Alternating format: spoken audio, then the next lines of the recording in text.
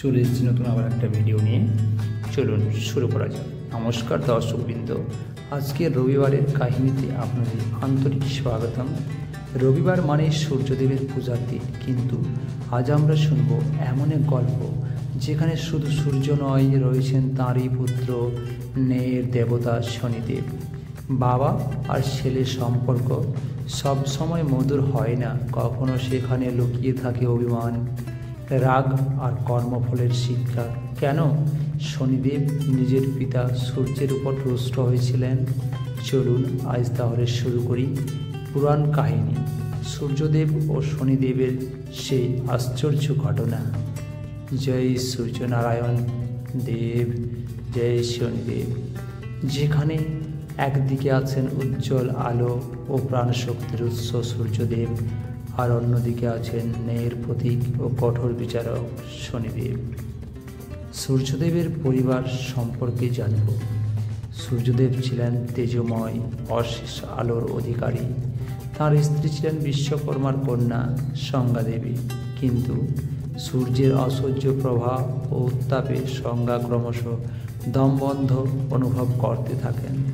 অবশেষে তিনি একদিন নিজের ছায়া প্রতিচ্ছবি সৃষ্টি করে সূর্যের সংসার চালানোর দায়িত্ব তাঁর উপর ছেড়ে দিয়ে সেই ছায়ার নাম হয় ছায়া দেবী। সূর্য এই প্রতারণার কথা প্রথমে বুঝতে পারেননি এবং ছায়া দেবীর সঙ্গে সংসার শুরু করেন। এরপরেই ছায়া দেবীর গর্ভে জন্ম নেন শনিদেব। জন্মের সময় থেকেই শনিদেবের রূপ অন্য শিশুদের মতো ছিল না।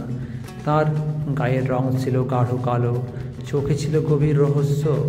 কথিত আছে, জন্মের সময়ে শনিদেব সূর্যের দিকে তাকাতে সূর্যের রথের অশ্বগুলি দুর্বল হয়ে পড়ে এবং আলোকছটা ম্লান হয়ে যায়।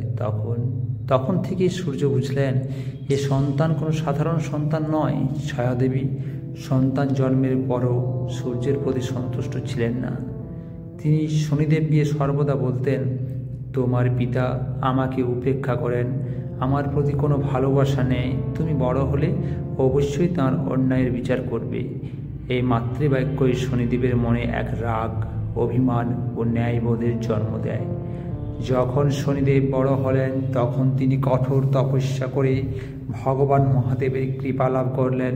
মহাদেব তাকে আশীর্বাদ করলেন, হে শনি, তুমি ন্যায়ের দেবতা হবে। তুমি যা দৃষ্টি দিবে তা ফলপ্রসূ হবে। তুমি পাপীদের শাস্তি দেবে আর সৎ মানুষদের রক্ষা করবে। এরপর থেকে শনিদেব নিজের পিতা সূর্যকেও নিরপেক্ষ দৃষ্টিতে দেখতে লাগলেন।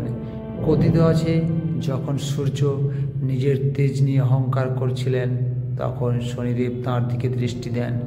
ফলস্বরূপ সূর্যের রথ থমকে দাঁড়ায়, আলো ক্ষীণ হয়ে যায়। সূর্য বুঝলেন তাঁর নিজের পুত্রই তাকে শিক্ষা দিচ্ছে, যে হোক না কেন অন্যায় করলে শনিদেব তাকে ছাড়বে না। শনিদেব কোনো অভিশাপ নন, বরং তিনি ন্যায় ও কর্মফলের প্রতীক। সূর্যদেব আমাদের দেন আলো ও জীবন, আর শনিদেব দেন ন্যায় আর শাস্তির শিক্ষা। এই কাহিনী আমাদের বুঝিয়ে দেয়, আলো ছাড়া যেমন জীবন অসম্পূর্ণ, তেমনি ন্যায় বিচার ছাড়া সমাজ অসম্পূর্ণ। জয় সূর্যনারায়ণ দেব, জয় শনিদেব। যদি কাহিনী ভালো লেগে থাকে তবে ভিডিওটি লাইক ও শেয়ার করবেন।